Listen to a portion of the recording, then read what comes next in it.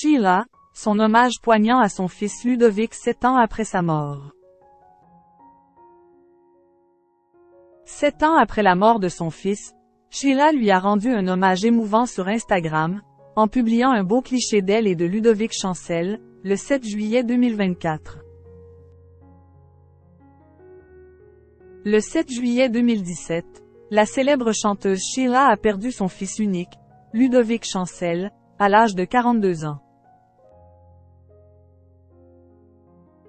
Pour lui rendre hommage, elle a publié une photo d'elle et de son enfant sur son compte Instagram, ce dimanche 7 juillet 2024. Sur le beau cliché, l'artiste pose avec son fils, encore petit au moment de la photo, dans ses bras. Ludovic Chancel, qui a les mêmes yeux bleus que sa mère, regarde droit vers l'appareil photo, tout comme Sheila qui esquisse un léger sourire. L'icône des années yéyé a accompagné l'image d'une sobre description, en écrivant « 7 ans déjà ». L'année dernière, à la même date, la chanteuse avait aussi rendu hommage à son fils sur Instagram. Elle avait posté une photo de lui, dans sa jeunesse, en inscrivant « Tu me manques ». L'interprète de l'école est finie avait également rendu un hommage en chanson à son fils. En 2021, elle a sorti un titre intitulé Cheval d'Amble. Sur le plateau de Quotidien sur TMC, en mars de la même année, elle s'était confiée sur cette chanson.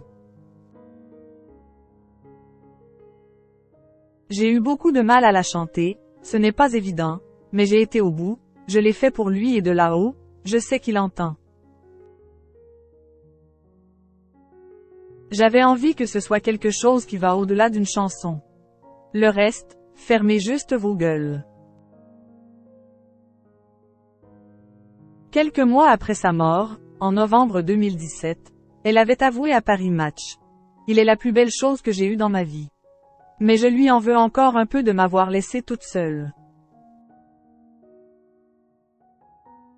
De quoi est mort le fils de Sheila? Ludovic Chancel est mort d'une prise excessive de drogue.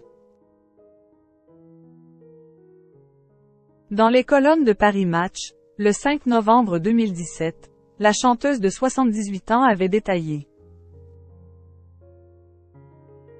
Son dossier médical a révélé que Ludo est mort des suites d'une overdose de cocaïne provoquée par l'absorption massive de cocaïne et de benzodiazépines. Sheila avait aussi révélé qu'elle avait essayé d'aider son fils face à ses addictions.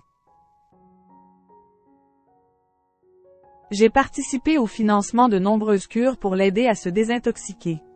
Mais, à l'arrivée, c'est quand même de la drogue qui l'a tué, avait-elle raconté.